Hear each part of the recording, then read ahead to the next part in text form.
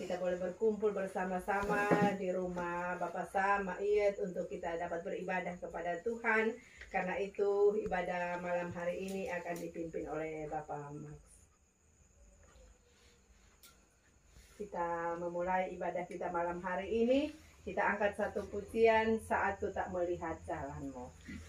Saat ku tak melihat jalanmu, saat ku tak mengerti rencanamu, namun tetap ku pegang janjimu.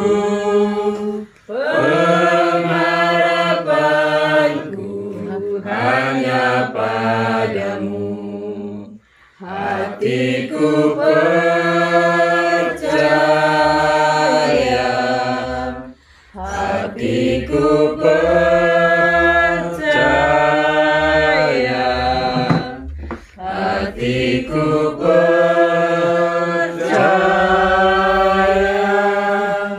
selalu ku percaya. Mari kita minta pimpinan Tuhan dalam doa. Kita berdoa. Allah Bapa kami yang di surga, Bapa yang maha kasih dan maha murah, kami sungguh mengucap syukur kepadamu Tuhan untuk kasih dan kemurahan-Mu bagi kami. Terima kasih Tuhan, kami masih diberi kesempatan untuk menikmati kehidupan sampai pada malam hari ini. Bahkan dalam kasih dan tuntunan daripada Tuhan, Allah boleh menuntun menyertai kami dari tempat kediaman kami masing-masing. Sebagai keluarga besar Boai, kami boleh berkumpul bersama keluarga Bapak Sam, Iyet, dan anak-anak di tempat ini untuk kami dapat beribadah kepadamu. Mari Tuhan Allah ada bersama-sama dan memberkati kami. Biarlah dari awal, pertengahan hingga berakhirnya ibadah kami hanya boleh jadi di dalam nama Bapa, Anak, dan Roh Kudus. Amin. Kita puji Tuhan sekali lagi sebelum kita membaca dan merenungkan firman Tuhan. Kita menyanyi Ku Yakin Saat Kau Berfirman. Ku yakin saat Kau berfirman, ku menang saat Kau bertindak. Hidupku hanya ditentukan oleh perkataanmu. Ku aman karena Kau menjaga, ku kuat karena Kau menopang. Hidupku hanya ditentukan oleh kuasa-Mu. Bagi Tuhan tak ada yang mustahil. Bagi Tuhan tak ada yang tak mungkin. Mujizatnya disediakan bagiku. Ku diangkat dan dipulihkannya. Mari kita berdoa untuk kita membaca dan merenungkan firman Tuhan. Kita berdoa. Ya Allah, ya Tuhan kami, Bapa di dalam nama Tuhan Yesus, dalam kesempatan ibadah kami malam hari ini Tuhan, bersama-sama kami akan membaca dan merenungkan bagian firman Tuhan yang akan dipimpin oleh Bapak Max. Kami mohon kepadamu ya Allah, berkatilah kami semua, beri kami roh dan hikmat daripada Tuhan, baik hamba-Mu yang memberitakan maupun kami semua yang mendengarkannya. Biarlah kehidupan kami boleh diperbaharui oleh firman kebenaran-Mu, dan biarlah dalam menjalani kehidupan ini, kami mau hidup seturut dengan kasih dan kehendak daripada Tuhan. Berfirmanlah bagi kami Tuhan, kami siap mendengarkannya. Di dalam nama Yesus yang adalah firman yang hidup dan berkuasa bagi kami berdoa. Amin. Kita boleh berkumpul bersama-sama di rumah Bapak Sam, Mak Iyet untuk kita dapat beribadah kepada Tuhan. Karena itu ibadah malam hari ini akan dipimpin oleh Bapak Max. Kita memulai ibadah kita malam hari ini. Kita angkat satu pujian, Saat Ku Tak Melihat Jalanmu. Saat ku tak melihat jalanmu, saat ku tak mengerti rencanamu, namun tetap ku pegang janjimu. Pengharapanku hanya padamu. Hatiku percaya, hatiku percaya, hatiku percaya, selalu ku percaya. Mari kita minta pimpinan Tuhan dalam doa. Kita berdoa. Allah Bapa kami yang di surga, Bapa yang maha kasih dan maha murah, kami sungguh mengucap syukur kepadamu Tuhan untuk kasih dan kemurahan-Mu bagi kami. Terima kasih Tuhan, kami masih diberi kesempatan untuk menikmati kehidupan sampai pada malam hari ini. Bahkan dalam kasih dan tuntunan daripada Tuhan, Allah boleh menuntun menyertai kami dari tempat kediaman kami masing-masing. Sebagai keluarga besar Boai, kami boleh berkumpul bersama keluarga Bapak Sam, Mak Iyet dan anak-anak di tempat ini untuk kami dapat beribadah kepadamu. Mari Tuhan Allah ada bersama-sama dan memberkati kami. Biarlah dari awal, pertengahan hingga berakhirnya ibadah kami hanya boleh jadi di dalam nama Bapa, Anak, dan Roh Kudus. Amin. Kita puji Tuhan sekali lagi sebelum kita membaca dan merenungkan firman Tuhan. Kita menyanyi Ku Yakin Saat Kau Berfirman. Ku yakin saat Kau berfirman, ku menang saat Kau bertindak.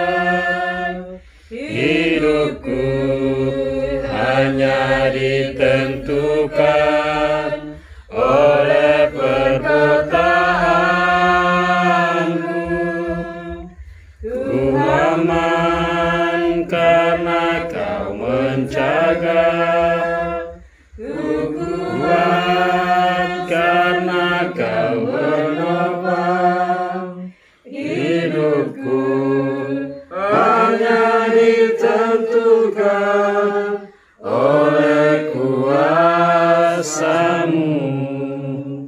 Bagi Tuhan tak ada yang mustahil. Bagi Tuhan tak ada yang tak mungkin. Mujizatnya disediakan bagiku.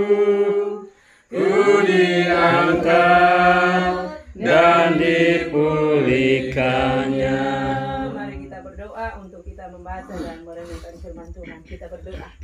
Ya Allah, ya Tuhan kami, Bapa di dalam nama Tuhan Yesus, dalam kesempatan ibadah kami malam hari ini Tuhan, bersama-sama kami akan membaca dan merenungkan bagian firman Tuhan yang akan dipimpin oleh Bapak Max. Kami mohon kepadamu ya Allah, berkatilah kami semua, beri kami roh dan hikmat daripada Tuhan, baik hamba-Mu yang memberitakan maupun kami semua yang mendengarkannya. Biarlah kehidupan kami boleh diperbaharui oleh firman kebenaran-Mu, dan biarlah dalam menjalani kehidupan ini kami mau hidup seturut dengan kasih dan kehendak daripada Tuhan. Berfirmanlah bagi kami Tuhan, kami siap mendengarkannya. Di dalam nama Yesus yang adalah firman yang hidup dan berkuasa bagi kami berdoa. Amin. Terima kasih karena kesempatan yang berbahagia sekali ini Kotong bisa saudara bisa berkumpul dan bisa beribadah bersama-sama.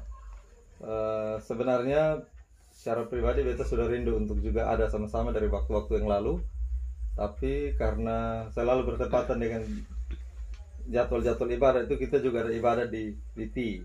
Kebetulan istri Pendeta Gemit saat ini pelayanan di Roti Barat Daya di Jemaat Renekono Malole, Jadi sering sekali kita pelayanan di sana. Gitu, sehingga baru kali ini berkesempatan untuk bisa sama-sama dengan bapak mama, kakak adik, semua bersaudara dalam keluarga. Dan karena itu kita bersyukur bahwa ini kesempatan yang baik sekali untuk ketemu saudara bisa duduk kumpul sama-sama, beribadah bersama-sama, membangun kekeluargaan, persaudaraan, kekerabatan bersama-sama, sekaligus diperlengkapi dengan firman Tuhan. Supaya firman Tuhan menjadi kekuatan bagi ketong, firman Tuhan boleh menjadi pedoman bagi ketong dalam langkah hidup ketong. Kenapa? Karena manusia itu hidup bukan hanya dari roti saja. Kalau roti itu makanan khas orang di Israel dan Palestina, ya saat ini di luar negeri orang makan roti, kita di sini makan nasi, makan jagung. Tapi istilah di Alkitab roti itu menunjuk kepada makanan. Jadi kalau dalam konteks kita bisa juga kita bilang manusia hidup bukan hanya dari nasi turis saja atau dari jagung ketemak saja, tapi juga dari setiap firman yang keluar dari mulut Allah. Karena itu manusia jasmania kita membutuhkan makanan rohani, makanan jasmani, jagung ketemak, sayur marungga dan lain sebagainya. Tapi rohani kita itu membutuhkan yang namanya makanan secara rohani. Karena hidup kita ini ada dua dimensi atau dua sisi. Bukan hanya sisi jasmania, tapi juga sisi rohanianya. Nah, karena itu sebagai bagian dari perenungan malam ini, mari kita sama-sama buka Alkitab kita dalam, ada dua bagian Alkitab yang kita akan baca. Satu dalam Perjanjian Lama dan satu dalam Perjanjian Baru. Ya, dalam Perjanjian Lama itu ada dalam Mazmur 119 ayat 105. Mazmur 119 ayat 105. Ini bagian firman Tuhan yang sudah sangat sering kita dengar, sangat familiar dalam kehidupan kita sebagai orang Kristen. Mazmur 119 ayat 105. 119 ayat 105. Kalau kita sudah dapat, kita baca bersama-sama. 1, 2, 3. Firman-Mu itu pelita bagi kakiku dan terang bagi jalanku. Sekali lagi. Firman-Mu itu pelita bagi kakiku dan terang bagi jalanku. Nah, ini pembacaan pertama di dalam Mazmur 119 ayat 105. Kita lihat lagi pembacaan kedua di dalam 2 Timotius dalam Perjanjian Baru, 2 Timotius pasal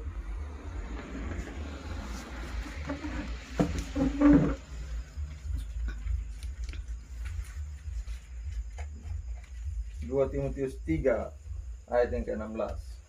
2 Timotius pasal 3 ayat yang ke-16. Dalam Perjanjian Baru 2 Timotius pasal 3 ayat yang ke-16. 2 Timotius 3 ayat 16. Kalau kita sudah mendapatkannya, sekali lagi kita baca bersama-sama lagi. 1, 2, 3. Segala yang dirahmati Allah memang bermanfaat untuk mengajar, untuk menyatakan kesalahan, untuk memperbaiki kelakuan, dan untuk mendidik orang dalam kebenaran. Baik, demikian pembacaan firman Tuhan malam ini, satu dari Perjanjian Lama dan satu dari Perjanjian Baru.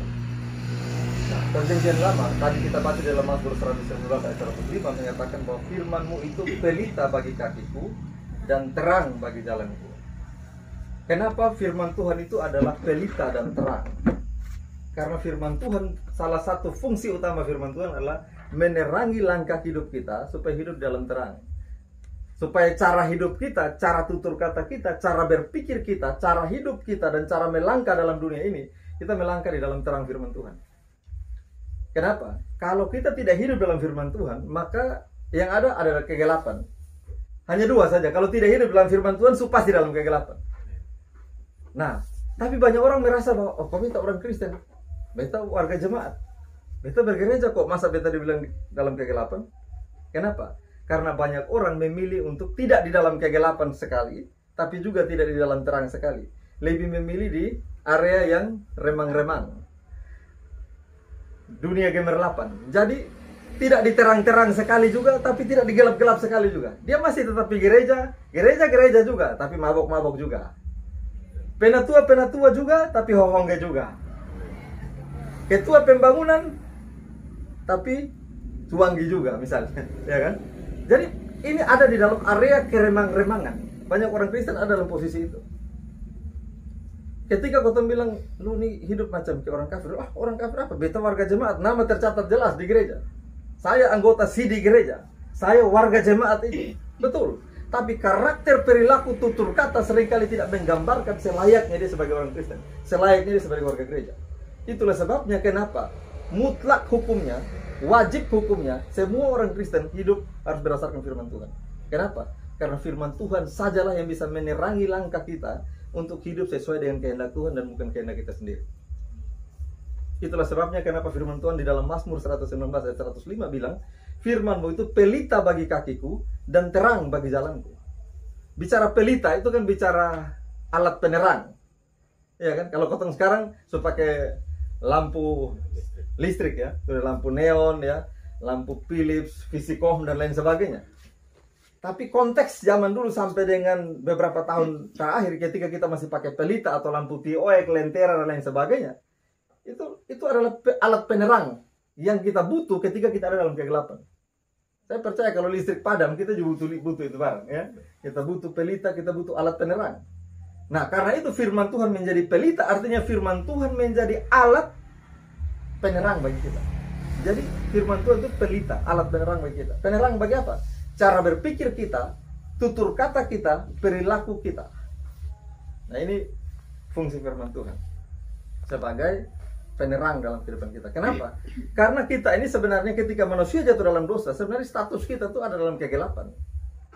Tapi di dalam Kristus kita menemukan terang yang ajaib itu.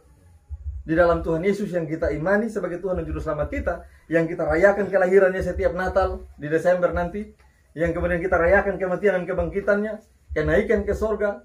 Kita rayakan hari-hari penting dalam kekristenan itu untuk merayakan iman kita kepada Kristus. Kenapa? Karena tadinya kita ada dalam kegelapan, tapi karena iman kepada Kristus, Dia memindahkan kita yang statusnya ada dalam kegelapan menuju kepada terang ajaib dalam Kristus. Itu sebagai orang Kristen yang percaya kepada Kristus, status kita bukan lagi orang kegelapan, tapi orang terang status kita. Nah, karena itu sebagai orang yang statusnya sudah dibenarkan oleh Allah melalui pengorbanan Kristus, kita mesti terus diterangi oleh firman Tuhan. Nah, karena itu malam ini Betanya mau sampaikan beberapa hal kepada kotong semua malam ini. Apa fungsi firman Tuhan bagi kotong kehidupan setiap hari sebagai orang Kristen, sebagai saudara, sebagai keluarga, sebagai kepala rumah tangga, sebagai mama rumah tangga, sebagai anak-anak, sebagai menantu kah, sebagai ipar kah, sebagai kunyadu kah, sebagai apa? Apa fungsi firman Tuhan bagi kita? Fungsi paling pertama itu tadi, ya. Fungsi paling pertama adalah bahwa firman itu menjadi pelita, menjadi terang bagi langkah hidup kita, sehingga kita tidak berjalan di dalam kegelapan. Beta membayangkan kalau listrik padam tiba-tiba gelap, kau tahu merubah atau gimana? Kenapa? Karena gelap semua, tidak tahu di arah mana. Kita pasti membutuhkan yang namanya terang, dan sekali lagi firman Tuhan adalah terang itu. Karena itu setiap orang yang tidak mau hidup di dalam firman Tuhan, tidak mau dengar firman Tuhan, tidak mau hidup sesuai dengan firman Tuhan, sebenarnya dia memilih untuk hidup dalam kegelapan. Memilih hidup dalam kegelapan. Kenapa? Karena hanya firman yang bisa menerangi kita, menerangi pikiran kita, menerangi hati kita, supaya pikiran dan hati kita itu nyambung. Pikirannya mau berpikir hal-hal yang positif, hal-hal yang memuliakan Tuhan. Hati juga bergerak, berkehendak untuk melakukan hal-hal yang baik, yang benar, yang memuliakan Tuhan. Dan pada akhirnya tindakan kita pun selaras, cocok dengan apa yang ada dalam pikiran kita dan hati kita. Jangan sampai pikir lain, omong lain, buat lain. Itu soal. Itu artinya tidak ada kesatuan di dalam tubuh kita. Kenapa? Dalam hidup kita itu ada pikiran, perasaan, dan kehendak. Maka semua harus terjadi dalam satu kesatuan. Tidak bisa mulut omong lain, pikiran lain, hati lain. Nah, tapi semua itu bisa berfungsi dengan maksimal, dengan sesuai dengan terang firman Tuhan, kalau kau menjadi orang-orang yang kesukaannya ialah Taurat Tuhan, dan yang merenungkan Taurat itu siang dan malam. Mazmur pasal 1 ayat 1. Yang kesukaannya ialah firman Tuhan. Berbahagialah orang yang kesukaannya ialah Taurat Tuhan, dan yang merenungkan Taurat itu siang dan malam. Nah, karena itu kotong ini kan orang Kristen, semua sana ada yang halaik di sini kan. Semua minimal baptis, tabiside, betul kan? Sana ada yang lagi di sini yang halaik-halaik yang masih sembah kayu batu, tidak ada. Semua kita ini warga gereja, warga jemaat. Nah, dengar firman Tuhan sentau seberapa banyak kali. Beta sentau, masing-masing kotong yang hitung. Kotong ibadah berapa kali dalam setahun? Kalau ibadah minggu 52 minggu dalam satu tahun itu sama sekali tidak pernah absen. Kita tidak pernah alpa satu kali pun, artinya kita mendengar khotbah sekurang-kurangnya 52 kali dalam satu tahun setiap minggu. Kalau tidak pernah absen satu kali pun di gereja, mulai dari 1 Januari sampai 31 Desember. Lalu di tengah-tengah itu kota ada ibadat rumah tangga, ibadah kaum ibu, ibadah keluarga seperti malam ini, dan persekutuan doa, dan mungkin ibadah-ibadah yang lainnya. Maka tinggal kau hitung sudah berapa banyak kali kau dengar firman, baik dari orang yang menyampaikan, dari pendeta, penatua, hamba Tuhan yang menyampaikan, maupun dari kotong baca sendiri, belajar sendiri, memahami sendiri. Berapa banyak yang kotong dengar firman Tuhan? Dan seberapa firman Tuhan itu mempengaruhi hidup kita untuk kita hidup sesuai dengan firman Tuhan. Malam ini kotong akan lihat beberapa fungsi firman Tuhan yang sangat penting bagi kita. Setiap kali kita dengar khotbah di mimbar atau seperti malam ini, kita mesti tahu apa sih tujuan daripada firman itu diberitakan. Ketika firman disampaikan oleh pendeta hamba Tuhan di gereja atau di ibadah-ibadah seperti ini, tujuannya apa? Sekedar supaya pengisi liturgi kah? Yang penting karena namanya dalam liturgi itu ada doa, ada persembahan, ada firman, ada doa syafaat, doa berkat. Ya sudah, supaya ada dalam itu liturgi lengkap harus ada firman. Ataukah ketika firman Tuhan itu disampaikan, itu tujuannya apa? Fungsi firman Tuhan yang diperdengarkan setiap minggu itu untuk apa? Atau setiap kali ibadah itu apa? Ini mesti dipahami oleh kotong semua sehingga kotong tahu bahwa oh, beta dengar firman itu fungsinya untuk apa. Gitu. Nah, kotong lihat di dalam 2 Timotius pasal 3 ayat yang ke-16 dalam perjanjian baru tadi. Di sana dikatakan bahwa segala tulisan yang diilhamkan Allah. Nah, tulisan apa yang diilhamkan Allah? Diilhamkan itu artinya diwahyukan, dinyatakan Allah. Atau dalam bahasa Yunani-nya theopneustos atau dinafaskan Allah. Allah yang memberikan, Allah yang mewahyukan kepada manusia. Berarti segala tulisan yang diilhamkan Allah itu merujuk kepada firman Allah. Firman Allah yang mana? Kejadian sampai Wahyu. Alkitab kita. Itu diberitakan oleh Allah melalui para nabi dan para rasul. Tuhan yang memfirmankan, Tuhan yang mewahyukan, Tuhan yang mengilhamkan itu. Jadi, dengan kata lain ketika ayat ini bilang segala tulisan yang diilhamkan Allah, itu kita bisa ganti dengan firman Allah. Kalau segala tulisan yang diilhamkan Allah berarti firman Allah. Jadi segala tulisan yang diilhamkan Allah bisa dipahami sebagai firman Allah memang bermanfaat untuk yang pertama. Apa di situ dibilang? Memang bermanfaat untuk mengajar. Nah, ini fungsi firman Tuhan pertama kali untuk kita. Fungsi firman Tuhan harus ada fungsi pengajaran dari firman Tuhan. Mengajar apa? Mengajar tentang kebenaran. Tapi kebenaran yang mana? Kebenaran bahwa Allah lah sendiri yang adalah pencipta segala sesuatu dan Allah juga yang menebus segala sesuatu. Itu kebenaran. Nah, itu dinyatakan melalui apa? Alkitab. Fungsi pertama dari Alkitab adalah fungsi pengajaran. Kalau bicara tentang pengajaran, bicara ajaran, itu ada banyak ajaran dalam kekristenan. Ajaran itu dengan kata lain itu doktrin dalam kekristenan. Misalnya, doktrin Allah Tritunggal. Apakah kita paham doktrin Tritunggal? Sebagai orang Kristen bertahun-tahun, sebagai penatua, sebagai guru sekolah minggu, sebagai anak sekolah minggu, sebagai jemaat, itu ajaran dalam firman Tuhan, dalam Alkitab. Tapi seberapa banyak orang Kristen yang paham itu? Nah, ajaran-ajaran ini yang harus diajarkan kepada jemaat. Karena fungsi firman Tuhan memang untuk mengajar. Jadi kalau firman Tuhan tidak dipakai untuk mengajar jemaat, maka sebenarnya kita sedang mengesampingkan satu fungsi penting dari firman Tuhan. Yakni fungsi pengajaran, mengajar. Kenapa perlu mengajar? Mengajar itu kan supaya dari tidak tahu menjadi tahu. Sekarang saya kasih ilustrasi begini. Kalau kita tidak pernah tahu bahwa 1 tambah 1 sama dengan 2, pokoknya tidak pernah diajar dimanapun, di sekolah, dimana tidak pernah ada yang ajar kita 1 tambah 1 sama dengan 2. Sama sekali kita tidak pernah dapat informasi itu dari manapun. Lalu tiba-tiba kita dihadapkan yang soal 1 tambah 1 sama dengan berapa? Kira-kira kita bawa isi berapa? Ya ada yang bisa jawab 7, 10, 12, 50, berapa saja kan? Karena tidak pernah diajar sebelumnya bahwa 1 tambah 1 itu sama dengan 2. Sehingga dia tidak pernah tahu kebenaran matematika bahwa 1 tambah 1 itu 2. Sehingga dia jawab sesukanya dia. Kenapa? Karena dia tidak pernah diajar bahwa 1 tambah 1 sama dengan 2. Nyatakan pengajaran ini maksimal atau tidak. Jangan sampai kau hanya bahas hal-hal yang sone mendasar dari kekristenan. Sehingga akhirnya jemaat bertahun-tahun menjadi orang Kristen tapi tidak mengerti doktrin Kristen dengan benar. Lalu akhirnya apa? Karena tidak bisa mengerti doktrin Kristen dengan benar, ajaran-ajaran mendasar Kristen dengan benar, maka penyesat-penyesat datang, ajaran-ajaran palsu datang, masuk keluar rumah, bawa buku, ya. Di seputaran sini kan saksi Yehova banyak. Ya. Pak Simon Kiri tahu persis beta. Sangat tahu beta. Karena beta pernah membubarkan dukung kegiatan Saksi Yehova di Kupang, beta lah yang bicara di atas mimbar Saksi Yehova. Dan Pak Simon ada. Waktu itu, ya. Tahun 2017. Nah, ini ajaran-ajaran sesat seperti ini ada di sekitar kita. Tapi pertanyaannya, siapkah kita menghadapi gempuran ajaran-ajaran palsu ini? Menghadapi tantangan itu kita tidak bisa tiadakan, tidak bisa. Itu pasti akan ada terus seperti itu. Karena Alkitab sendiri sudah bilang bahwa penyesatan pasti ada. Celakalah orang yang mengadakannya. Penyesatan pasti ada. Kita tidak mungkin membuat penyesatan tidak ada, tidak. Yang perlu kita lakukan adalah siapkan diri, pemahaman kita, pagar baik-baik kita punya pemahaman. Sehingga tidak terpengaruh di ajaran-ajaran sesat seperti itu. Nah, ini fungsi firman Tuhan mengajar. Ajaran-ajaran Kristen banyak. Misalnya, kenapa kau tunggu si gereja hari Minggu? Kenapa bukan hari Sabtu? Padahal sahabat Yahudi itu Sabtu. Hari perhentian itu hari Sabtu, hari ke-7 hari Sabtu. Kenapa? Karena hari Minggu itu hari pertama dalam perhitungan kalender Yahudi. Bukan seperti kalender Masehi kita yang kita pakai Senin hari pertama. Dalam kalender Yahudi itu hari Minggu hari pertama.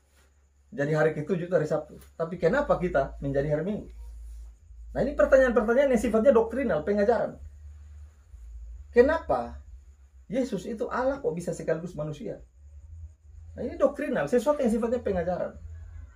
Kira-kira kau tahu Yesus selamat kau belum? Itu doktrin soteriologi, doktrin keselamatan. Kau tahu Yesus selamat kau belum? Kalau belum, lalu untuk apa Yesus mati? Tapi kalau Yesus mati dan kau masih ragukan keselamatan, lalu berarti apakah keselamatan yang dikerjakan oleh Yesus tidak sempurna? Sehingga sampai untuk menyelamatkan kita masih merasa bahwa belum tentu kita selamat. Nah, ini semua pengajaran Bapak Mama dan Kakak Adi semua.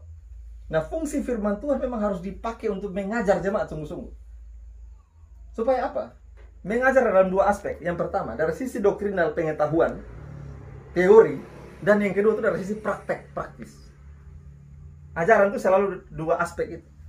Aspek teoritis, aspek pengajaran supaya kita paham, tapi juga aspek praktisnya. Praktisnya supaya apa?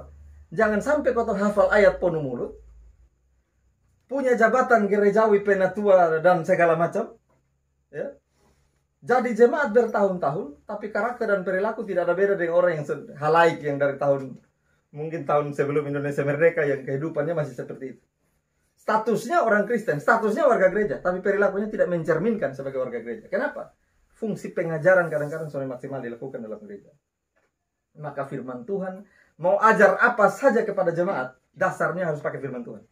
Tidak bisa pakai Ba'i dulu pun bilang begini. Betul, Ba'i bilang itu sesuatu yang belum tentu salah. Tapi itu sifatnya hanya tambahan, informasi tambahan. Pengalaman-pengalaman seperti informasi tambahan. Tapi sumber yang primer, yang utama itu haruslah Alkitab, haruslah firman Tuhan.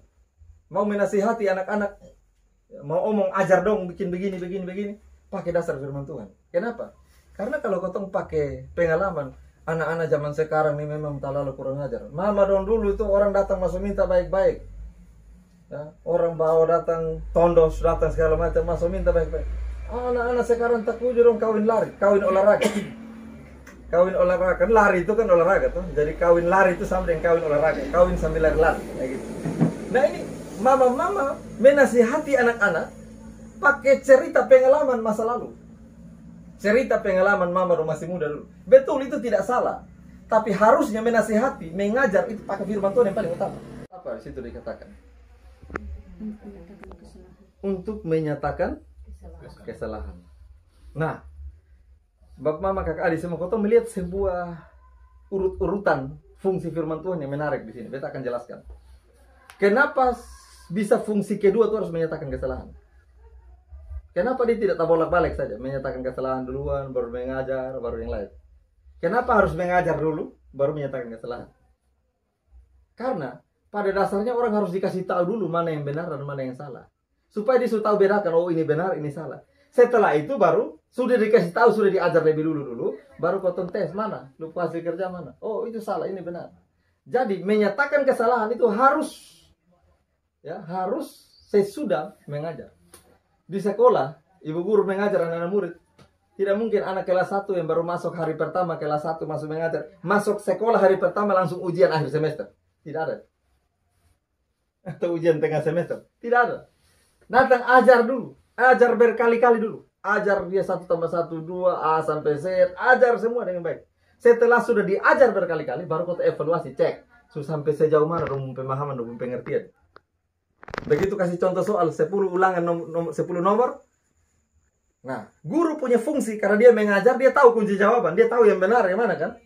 Maka dia menyatakan kesalahan. Fungsi kedua tadi menyatakan kesalahan. Oh, nomor 1 sampai 5 harusnya ini, tapi lu jawab ini jadi salah semua. Lu hanya benar 5 nomor, salah 5 nomor. Berarti ketika guru menyatakan bahwa ini anak salah, dasarnya apa? Karena dia sudah mengajar terlebih dahulu. Makanya dia bisa bilang salah. Kalau dia tidak pernah mengajar terlebih dahulu dan dia kasih tahu ini anak salah, ini anak bingung. Kok memangnya yang benar itu dia tidak pernah tahu. Tapi karena dia mengajar lebih dulu, baru menyatakan kesalahan. Akhirnya ini anak tahu, oh ya betul, beta salah, beta keliru, harusnya jawabannya begini. Kenapa? Karena dia sudah dikasih tahu yang benar yang mana dan salah yang mana. Beta kasih contoh lain. Kalau misalnya salah satu di antara kotong ini belum pernah yang namanya keluar dari ini rotepi di daerah lain, di kota Kupang kah, Jakarta kah, mana, pokoknya belum pernah merantau di mana pun, betul-betul lahir sampai tua di hidup di kampung saja. Tapi dia bisa bawa motor, dia belajar dari orang-orang situ bisa bawa motor, dan dia tidak pernah dikasih tahu bahwa ada namanya rambu-rambu lalu lintas. Dia tidak pernah tahu itu. Pokoknya dia bisa bawa motor di kampung. Di kampung mana ada rambu-rambu lalu lintas, lu gas saja pokoknya, ya kan? Terus satu ketika orang bawa dia pergi Kupang misalnya, terus tinggal di seputaran Obobo, mau pergi di Transmart atau mau pergi di Ramayana, melewati perempatan Jalan El Tari, terus di sana ada lampu merah. Lampu merah begitu kendaraan sudah sepi, ada kendaraan sudah lewat dan sudah sepi, tinggal waktu sendiri.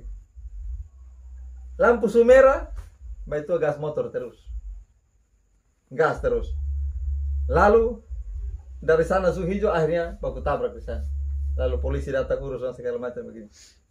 Kira-kira ini Mbak Tua ini dia salah kok benar?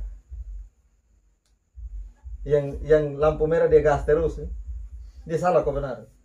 Secara aturan lalu lintas dia salah kok benar? Salah. Tapi kenapa dia bisa salah? Karena dia sudah pernah tahu kalau namanya lampu merah harus berhenti. Dia tidak pernah dikasih tahu, tidak pernah diajar bahwa ada yang namanya aturan lalu lintas. Kalau hijau baru lu jalan terus, kalau merah lu harus terhenti. Dia tidak pernah tahu itu cerita, dia tidak tahu itu. Memang dia salah, tapi dia salah dari ketidaktahuannya dia terhadap aturan. Iya kan? Dia salah betul. Dia sebenarnya akan mungkin benar, memang fakta itu salah. Hanya dia salah karena dia sebenarnya tahu apa tentang itu aturan. Begitu. Nah, makanya supaya kau menyatakan kesalahan itu orang bisa terima, dia harus dikasih tahu dulu ajaran benar yang mana, supaya begitu dia dikasih tahu dia salah, oh iya betul ya, beta itu harus dikasih tahu yang benar begini, mah beta yang salah beta. Bayangkan, ini orang sudah pernah tahu kalau yang namanya lampu merah itu berhenti. Dia bisa berdebat habis-habisan dengan polisi, beta salah apa pak? Kok beta jalan beta harus bicara? Kok beta ada jalan di jalan raya? Iya kan? Dia bisa berdebat habis-habisan, dia merasa diri benar karena dia tahu bahwa dia tidak salah, padahal sesungguhnya dia salah. Nah, karena sebelumnya salah kok benar? Salah. Salah. Kalau sesuatu yang salah perlu diperbaiki kok tidak? Perlu. Kalau dia tidak salah tidak perlu diperbaiki kan? Kok sebenarnya mau perbaiki apa? Iya kan? Tapi kalau sesuatu salah itu butuh diperbaiki. Sekarang saya tanya, ini mungkin di antara kotong ada yang tukang bangunan. Tukang. Mengerti ilmu pertukangan, tahu tukang. Kalau misalnya kota ukur siku ini rumah kota mau bangun, bikin fondasi segala macam, water pass dia. Lalu ternyata salah. Miring, itu soalnya lurus. Soalnya siku, soalnya lurus. Dan kota sudah tahu salah ini. Kota sudah tahu jalan-jalan salah. Kira-kira sebagai tukang yang baik perlu diperbaiki. Kok kasih dia salah terus sampai selesai? Harus diperbaiki. Harus diperbaiki. Harus diperbaiki. Karena kalau tidak diperbaiki dia akan miring terus, salah terus sampai selesai.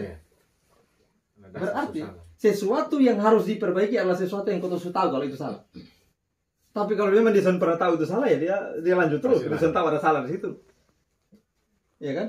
Tapi kalau dia sudah tahu itu salah, dia harus diperbaiki. Nah sekarang saya bertanya, khusus dalam bagian pertanyaan tadi, minum mabuk itu salah atau benar? Saya mau jawab bilang salah toh. Berdasarkan firman Tuhan, bukan menurut beta. Jangan bilang ini malam ini dimaksud dan kasih tahu menurut dia ngomong teori. Bukan ngomong teori, ngomong firman Tuhan. Kan ada yang bilang pernah baca ini ayat juga ini malam kan? Iya kan? Nah itu ngomong firman Tuhan, kok firman Maxwell di situ?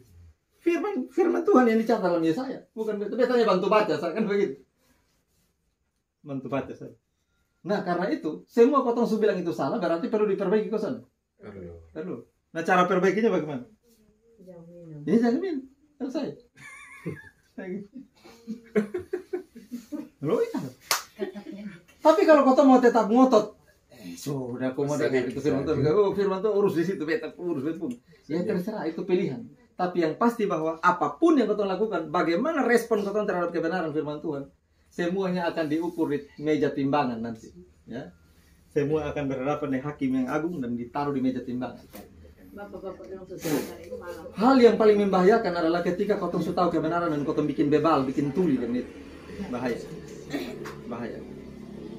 Beta kasih satu ayat ya. Ini ayat luar biasa. Beta ini ayat paling suka kutip di mana-mana. Karena itu beta mau kutip juga di sini malam. Terhadap kau yang kadang-kadang suka malas tahu dengan firman Tuhan, itu beta kutip ini ayat.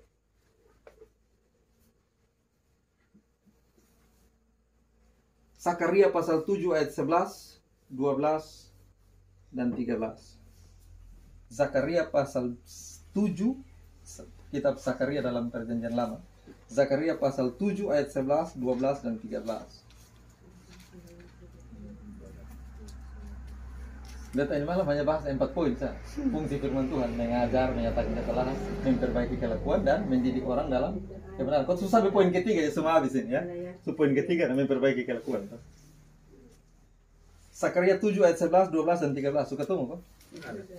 Sudah. Nah, kalau suka temu kau baca 1 2 3. 1 2 3. Tetapi mereka tidak mau menghiraukan, dilintangkannya bahunya untuk melawan, dan ditulikannya telinganya supaya jangan mendengar. Mereka membuat hati mereka keras seperti batu amril, supaya jangan mendengar pengajaran dan firman yang disampaikan Tuhan semesta alam melalui rohnya dengan perantaraan para nabi yang dahulu. Oleh sebab itu datang murka yang hebat daripada Tuhan, seperti mereka tidak mendengarkan pada waktu dipanggil. Demikianlah aku tidak mendengarkan pada waktu mereka memanggil firman Tuhan semesta alam. Keras tetapi mereka tidak mau menghiraukan. Omong firman Tuhan, ada firman apa? Omong firman Tuhan, lu sangat kayak mengerti banget. Lu sudah kayak kita sinode. Ya kan? Tidak menghiraukan. Tetapi mereka tidak menghiraukan. Ini firman Tuhan. Ketika firman Tuhan datang kepada orang-orang jenis yang sama dengar firman Tuhan, ini firman Tuhan. Tetapi mereka tidak menghiraukan. Tidak menghiraukan alias masa bodoh, malas tahu ya. Ya kan? Malas tahu. Lalu dia pun kalimat kedua, dilintangkannya bahunya untuk melawan. Sama kayak, ya kenapa begitu. Sama kayak dilintangkannya bahu itu kan istilahnya buka-buka dada begitu toh. Lu kenapa? Lu pendeta jadi kenapa? Lu ketua sinode jadi kenapa? Kan begitu. Orang ada sikap semacam tegar tengkuk untuk melawan firman. Dilintangkannya bahunya untuk melawan. Susun dihiraukan lagi, dilintangkannya bahunya untuk melawan. Sudah dilintangkan bahu, buka dada begini lagi. Masih apa lagi? Ditulikannya telinganya supaya jangan mendengar. Dia bikin tuli, kayak omong firman, lu omong putus kayak batu itu. Tetap kami mabok jalan lancar, Pak. Suanggi jalan lancar, selingkuh jalan lancar, semua jalan lancar, tidak peduli. Tidak peduli firman Tuhan. Lu boleh omong tiap minggu gereja sama saja. Omong titik kayak batu tetap. Kotong juga tetap seperti itu. Maka ini firman Tuhan bilang apa? Ditulikannya telinganya supaya jangan mendengar. Mereka membuat hati mereka keras seperti batu ambril. Batu ambril ini sejenis batu yang dia model ke batu kristal. Itu yang keras sekali batu. Jadi bikin hati keras, bikin tuli telinga hati juga keras, bikin malas tahu. Ini jenis orang yang begini. Ya. Supaya jangan mendengar pengajaran dan firman Tuhan yang disampaikan Tuhan semesta alam melalui rohnya dengan perantaraan para nabi yang dahulu. Oleh sebab itu datang murka yang hebat daripada Tuhan, seperti mereka tidak mendengarkan pada waktu dipanggil. Demikianlah aku tidak mendengarkan pada waktu mereka memanggil firman Tuhan semesta alam. Zakaria 7 ayat 11, 12, 13 itu bikin tanda Bapak itu ayat ya? Iya. Zakaria pasal 7 ayat 11, 12, 13. Kalau bikin kepala batu, nanti baru tunggu Tuhan murka. Ya, Tuhan kita suka bawa mau kesempatan buon kasih tahu bilang Bapak Manleo bilang Bapak Firman gereja ini pemuda sekian bulan mendidik orang dalam kebenaran. Mungkin kau tanya, kenapa kau tahu salah, superbaiki habis? Nah untuk apa lagi mendidik dalam kebenaran? Kan saya superbaiki, benar itu kan? Tapi untuk apa itu fungsi keempat? Fungsinya untuk apa? Karena manusia itu begini. biar kau tuh tahu ini salah, super perbaiki. Maka kadang kau buat salah ulang kan? Ya kan? So tahu salah masih bikin ulang kan? Maka firman Tuhan harus mendidik orang dalam kebenaran supaya yang dia sudah tahu benar itu nah benar terus sudah. Dia begitu sudah, jangan lagi kembali ke yang salah. Begitu. Jadi itu fungsi yang keempat, itu mendidik orang dalam kebenaran supaya kebenaran itu menjadi karakter. Karakter artinya dia begitu sudah orangnya, ya. Jadi tidak lagi kembali ke yang salah. Karena kecenderungan manusia tuh biar dia tahu salah, dia perbaiki, dia bikin salah ulang. Terantuk di batu yang sama, masuk di lubang yang sama, kan begitu. Manusia kecenderungannya begitu. Maka fungsi firman Tuhan harus mendidik dalam kebenaran supaya setelah dia tahu salah, dia perbaiki, dia betul-betul hidup sesuai dengan kebenaran yang sudah diperbaiki tadi itu. Sama kayak contoh kalau kau tarik laut ini apa? Water pass, kau tuh tahu miring, kau tuh perbaiki, dia jadi benar, perlu dipertahankan yang benar begitu atau bikin salah ulang lagi? Tentang benar sudah yang begitu posisinya benar. Nah itu fungsi firman Tuhan yang terakhir adalah mendidik orang dalam kebenaran. Nah maka ini menariknya firman Tuhan yang kita baca ini malam. Fungsi-fungsi firman Tuhan itu begitu jelas. Mengajar, menyatakan kesalahan, memperbaiki kelakuan, mendidik orang dalam kebenaran. Dan fungsi ini sudah boleh dibolak-balik. Dia urutannya sudah jelas benar begitu. Ajar dulu supaya dia tahu mana salah mana benar. Setelah sudah diajar, dia bikin salah, kasih tahu bahwa itu salah. Terus kalau sudah tahu itu salah harus diperbaiki. Kalau dia sudah tahu yang benar yang mana, didik dia supaya dia hidup betul-betul dalam bentuk kebenaran. Itu urutannya benar. Jadi jangan dibolak-balik, itu urutan. Ya, karena Tuhan suka taruh di urutan itu salah itu betul itu ya, benar urutannya. Fungsi firman Tuhan seperti itu. Maka setiap khotbah dari atas mimbar gereja gemit kah, mimbar gereja non gemit kah, persekutuan doa kah, ibadah bulan keluarga kah, ibadah rumah tangga atau apapun, sebuah khotbah yang benar sesuai firman Tuhan itu harus mengandung unsur 4 ini. Setiap pemberitaan firman Tuhan kalau tidak ada unsur pengajaran di dalam itu dia membuang satu fungsi firman Tuhan. Harus ada unsur pengajaran kuat di dalam itu firman Tuhan. Lalu yang kedua, harus berani nyatakan belak-belakan salah benar, mana salah mana benar, hitam mana putih mana. Jangan bikin semua abu-abu, jadi jemaat bingung. Ini salah kok benar, pokoknya saya tahu juga. Semua jadi serba abu-abu. Karena tidak ada pembedaan jelas mana hitam mana putih. Iya kan? Nah, itu fungsi menyatakan kesalahan. Maka setiap khotbah yang disampaikan, firman disampaikan harus sungguh-sungguh telak, kasih tahu salah-salah benar-benar. Itu menyatakan kesalahan. Jadi kalau dalam firman Tuhan disampaikan saya pernah kasih tahu yang benar salah benar, itu tandanya bahwa itu dia tidak sedang berkhotbahkan firman Tuhan sesuai fungsinya. Sesuai fungsinya. Setiap firman disampaikan di khotbah minggu atau apapun harus 4 fungsi firmannya harus jalan. Mengajar, menyatakan kesalahan. Maka harus berani belak-belakan. Kalau jemaat salah kasih tahu bilang salah, perbaiki, jadi baik. Amin ya Bapak kan? Jadi, sepatu ini malam sudah dengan firman Tuhan, jangan bikin hati keras ke batu amril.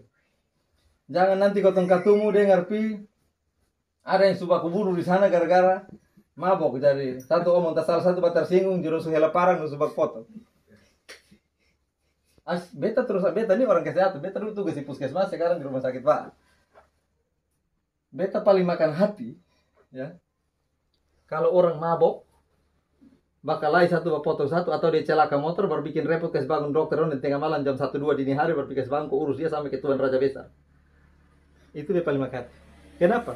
Lu cari gara-gara celaka diri sendiri, urus diri sendiri situ. Lu kira-kira itu orang no hanya kerja layani Tuan Raja Besar datang pi mabok karena mobil pi tabrak tiang listrik baru datang ke orang layani lu di tengah malam buta. Iya. Betul, tugas tenaga kesehatan itu apa? Merawat orang sakit itu. Tapi bukan untuk dicari-cari seperti itu. Lu cari gara-gara aja bikin repot orang. Apalagi kalau kayak di puskesmas kadang-kadang kan pasien jarang toh. Hanya dokter terus tidur malam. Celaka dan jam 2 pagi datang, tengah malam juga bangun, datang mengantuk datang kok jahit luka apa sih. Ini kan bikin repot orang di lupung perilaku yang harba biru orang lain yang susah. Ya. Makanya berhenti sudah, top yang begitu. Ini kalau mau ngomong dari semua sisi, soalnya ada yang masuk. Mau ngomong apa?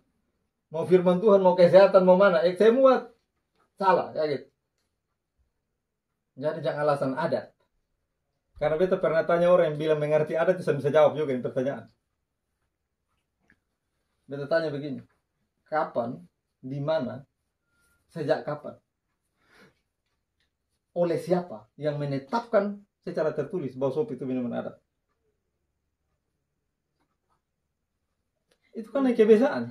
Yang karena su biasa gitu jadi kau su bilang itu jadi. Tapi kapan hukum tertulisnya, kapan dikasih tahu itu ditetapkan sebagai benar? Kapan? Dia jawab, pokoknya kan sudah biasa begitu. Jadi bukan membenarkan yang biasa, tapi harusnya membiasakan yang benar. Gitu ya. Jangan sampai kau membenarkan yang biasa, kau su biasa begitu. Tidak bisa membenarkan yang biasa, harusnya membiasakan yang benar. Begitu.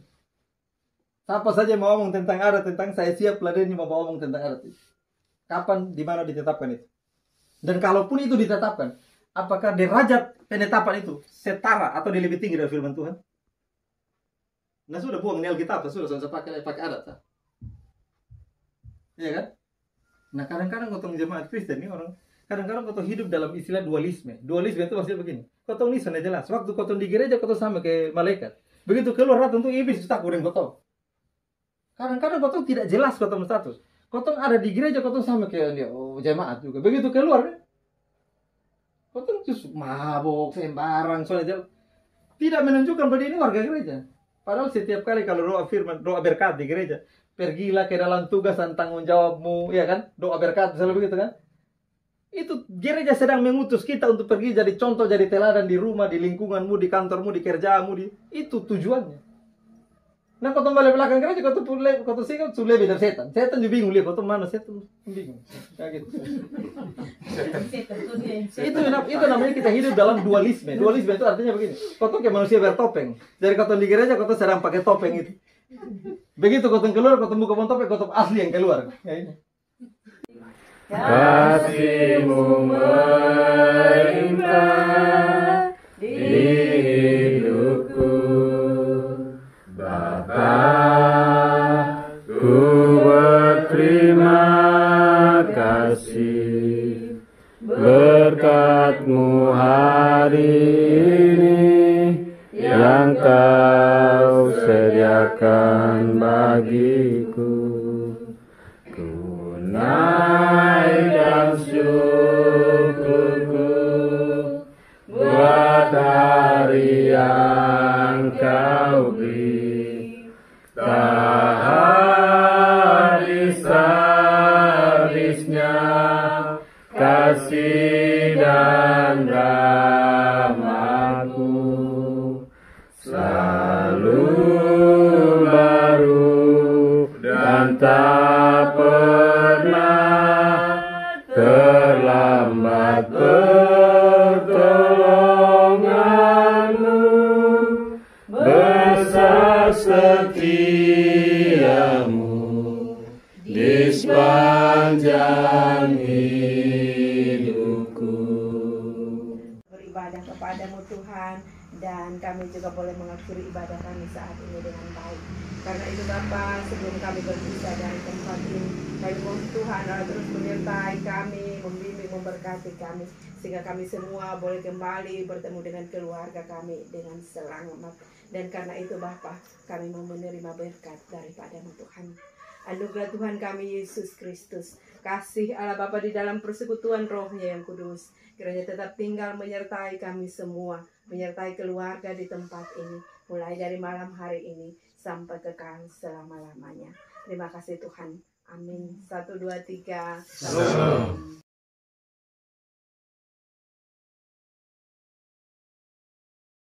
Terima kasih karena kesempatan yang berbahagia sekali ini kotong bisa saudara bisa berkumpul dan bisa beribadah bersama-sama. Sebenarnya secara pribadi beta sudah rindu untuk juga ada sama-sama dari waktu-waktu yang lalu, tapi karena selalu bertepatan dengan jadwal-jadwal ibadah itu, kita juga ada ibadah di TI. Kebetulan istri pendeta Gemit saat ini pelayanan di Roti Barat Daya di Jemaat Renekona Malole. Jadi sering sekali kita pelayanan di sana, gitu, sehingga baru kali ini berkesempatan untuk bisa sama-sama dengan bapak mama, kakak adik semua bersaudara dalam keluarga. Dan karena itu kita bersyukur bahwa ini kesempatan yang baik sekali untuk ketemu saudara bisa duduk kumpul sama-sama, beribadah bersama-sama, membangun kekeluargaan, persaudaraan, kekerabatan bersama-sama, sekaligus diperlengkapi dengan firman Tuhan, supaya firman Tuhan menjadi kekuatan bagi ketong, firman Tuhan boleh menjadi pedoman bagi ketong dalam langkah hidup ketong. Kenapa? Karena manusia itu hidup bukan hanya dari roti saja, Kalau roti itu makanan khas orang di Israel dan Palestina, ya saat ini di luar negeri orang makan roti, kita di sini makan nasi, makan jagung. Tapi istilah di Alkitab roti itu menunjuk kepada makanan. Jadi kalau dalam konteks kita bisa juga kita bilang manusia hidup bukan hanya dari nasi turis saja atau dari jagung ketemak saja, tapi juga dari setiap firman yang keluar dari mulut Allah. Karena itu manusia jasmania kita membutuhkan makanan rohani, makanan jasmani, jagung ketemak, sayur marungga dan lain sebagainya. Tapi rohani kita itu membutuhkan yang namanya makanan secara rohani. Karena hidup kita ini ada dua dimensi atau dua sisi. Bukan hanya sisi jasmania, tapi juga sisi rohanianya. Nah, karena itu sebagai bagian dari renungan malam ini, mari kita sama-sama buka Alkitab kita dalam, ada dua bagian Alkitab yang kita akan baca. Satu dalam Perjanjian Lama dan satu dalam Perjanjian Baru. Ya, dalam Perjanjian Lama itu ada dalam Mazmur 119 ayat 105. Mazmur 119 ayat 105. Ini bagian firman Tuhan yang sudah sangat sering kita dengar, sangat familiar dalam kehidupan kita sebagai orang Kristen. Mazmur 119 ayat 105. 119 ayat 105. Kalau kita sudah dapat, kita baca bersama-sama. 1, 2, 3. Firman-Mu itu pelita bagi kakiku dan terang bagi jalanku. Sekali lagi. Firman-Mu itu pelita bagi kakiku dan terang bagi jalanku. Nah, ini pembacaan pertama di dalam Mazmur 119 ayat 105. Kita lihat lagi pembacaan kedua di dalam 2 Timotius, dalam Perjanjian Baru, 2 Timotius pasal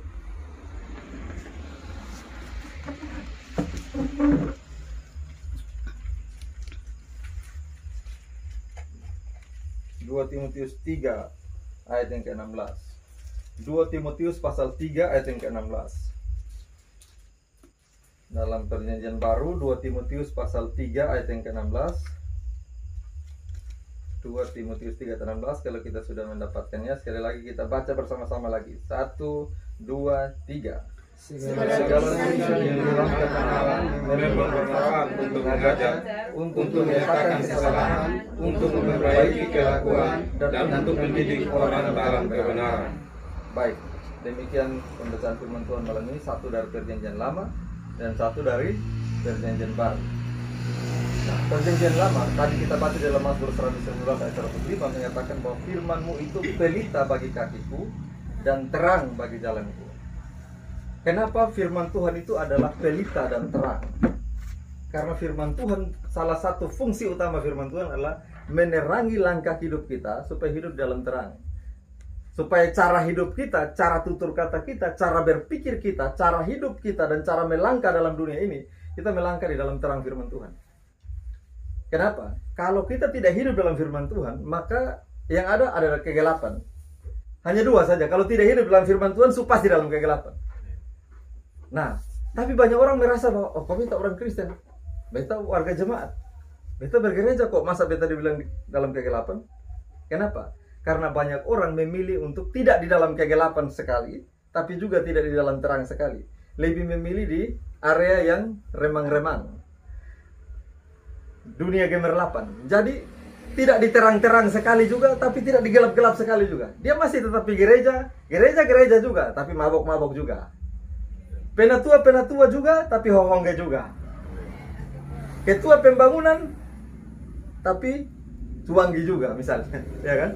Jadi ini ada di dalam area keremang-remangan. Banyak orang Kristen ada dalam posisi itu. Ketika kau bilang, lu nih hidup macam kayak orang kafir. Ah, orang kafir apa? Beta warga jemaat, nama tercatat jelas di gereja. Saya anggota di gereja. Saya warga jemaat ini. Betul. Tapi karakter, perilaku, tutur kata seringkali tidak menggambarkan selayaknya dia sebagai orang Kristen, selayaknya dia sebagai warga gereja. Itulah sebabnya kenapa mutlak hukumnya, wajib hukumnya, semua orang Kristen hidup harus berdasarkan firman Tuhan. Kenapa? Karena firman Tuhan sajalah yang bisa menerangi langkah kita untuk hidup sesuai dengan kehendak Tuhan dan bukan kehendak kita sendiri. Itulah sebabnya kenapa firman Tuhan di dalam Mazmur 119 ayat 105 bilang, firman-Mu itu pelita bagi kakiku dan terang bagi jalanku. Bicara pelita itu kan bicara alat penerang. Ya kan? Kalau kotong sekarang sudah pakai lampu listrik ya, sudah lampu neon ya, lampu Philips, Visicom dan lain sebagainya.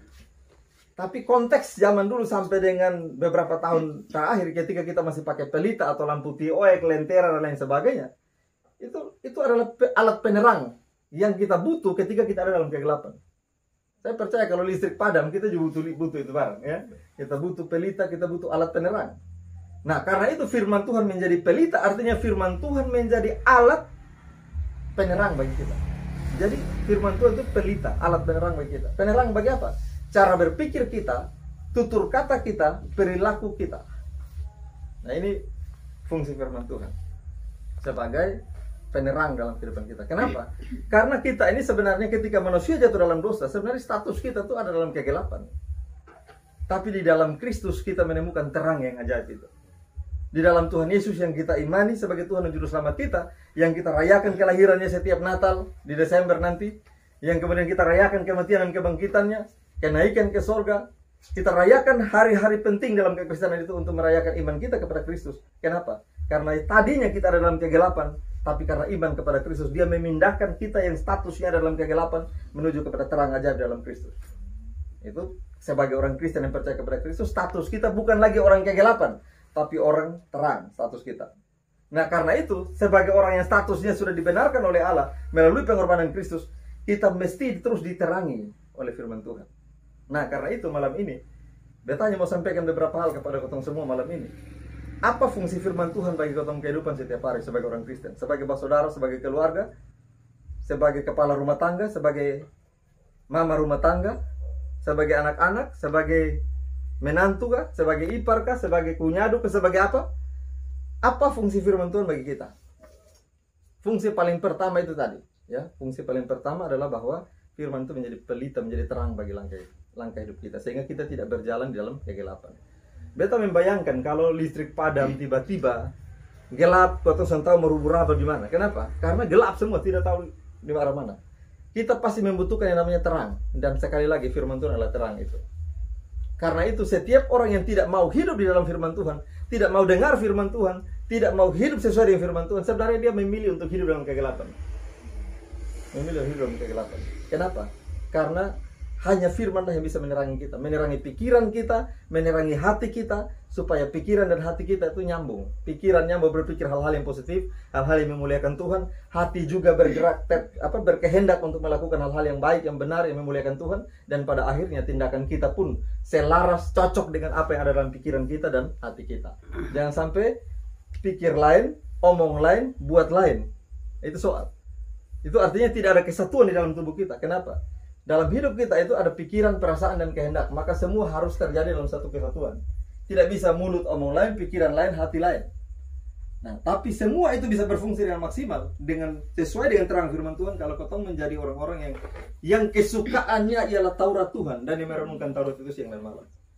Mazmur pasal 1 ayat 1. Yang kesukaannya ialah firman Tuhan. Berbahagialah orang yang kesukaannya ialah Taurat Tuhan, dan yang merenungkan Taurat itu siang dan malam. Nah, karena itu kau ini kan orang Kristen, semua sana ada yang halaik di sini kan? Semua minimal baptis, tabiside, betul kan? Sana ada yang lagi di sini yang halaik-halaik yang masih sembah kayu batu, tidak ada. Semua kita ini warga gereja, warga jemaat. Nah, dengar firman Tuhan sentau seberapa banyak kali? Itu sentau, masing-masing kau yang hitung. Kau ibadah berapa kali dalam setahun? Kalau ibadah minggu, 52 minggu dalam satu tahun itu sama sekali tidak pernah absen. Kita tidak pernah alpa satu kali pun, artinya kita mendengar khotbah sekurang-kurangnya 52 kali dalam satu tahun setiap minggu. Kalau tidak pernah absen satu kali pun di gereja, mulai dari 1 Januari sampai 31 Desember.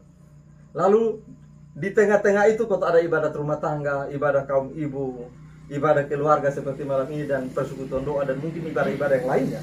Maka tinggal kau hitung sudah berapa banyak kali kau dengar firman, baik dari orang yang menyampaikan, dari pendeta, penatua, hamba Tuhan yang menyampaikan, maupun dari kau baca sendiri, belajar sendiri, memahami sendiri. Berapa banyak yang kau dengar firman Tuhan. Dan seberapa firman Tuhan itu mempengaruhi hidup kita untuk kita hidup sesuai dengan firman Tuhan. Malam ini kau akan lihat beberapa fungsi firman Tuhan yang sangat penting bagi kita. Setiap kali kita dengar khotbah di mimbar atau seperti malam ini, kita mesti tahu apa sih tujuan daripada firman itu diberitakan. Ketika firman disampaikan oleh pendeta hamba Tuhan di gereja atau di ibadah-ibadah seperti ini, tujuannya apa? Sekedar supaya pengisi liturgi kah? Yang penting karena namanya dalam liturgi itu ada doa, ada persembahan, ada firman, ada doa syafaat, doa berkat. Ya sudah, supaya ada dalam itu liturgi lengkap harus ada firman. Ataukah ketika firman Tuhan itu disampaikan, itu tujuannya apa? Fungsi firman Tuhan yang diperdengarkan setiap minggu itu untuk apa? Atau setiap kali ibadah itu apa? Ini mesti dipahami oleh kotong semua sehingga kotong tahu bahwa oh, beta dengar firman itu fungsinya untuk apa. Gitu. Nah, kotong lihat di dalam 2 Timotius pasal 3 ayat yang ke-16 dalam perjanjian baru tadi. Di sana dikatakan bahwa segala tulisan yang diilhamkan Allah. Nah, tulisan apa yang diilhamkan Allah? Diilhamkan itu artinya diwahyukan, dinyatakan Allah. Atau dalam bahasa Yunani-nya theopneustos atau dinafaskan Allah. Allah yang memberikan, Allah yang mewahyukan kepada manusia. Berarti segala tulisan yang diilhamkan Allah itu merujuk kepada firman Allah. Firman Allah yang mana? Kejadian sampai Wahyu. Alkitab kita. Itu diberitakan oleh Allah melalui para nabi dan para rasul. Tuhan yang memfirmankan, Tuhan yang mewahyukan, Tuhan yang mengilhamkan itu. Jadi, dengan kata lain ketika ayat ini bilang segala tulisan yang diilhamkan Allah, itu kita bisa ganti dengan firman Allah. Kalau segala tulisan yang diilhamkan Allah berarti firman Allah. Jadi segala tulisan yang diilhamkan Allah bisa dipahami sebagai firman Allah memang bermanfaat untuk yang pertama. Apa di situ dibilang? Memang bermanfaat untuk mengajar. Nah, ini fungsi firman Tuhan pertama kali untuk kita. Fungsi firman Tuhan harus ada fungsi pengajaran dari firman Tuhan. Mengajar apa? Mengajar tentang kebenaran. Tapi kebenaran yang mana?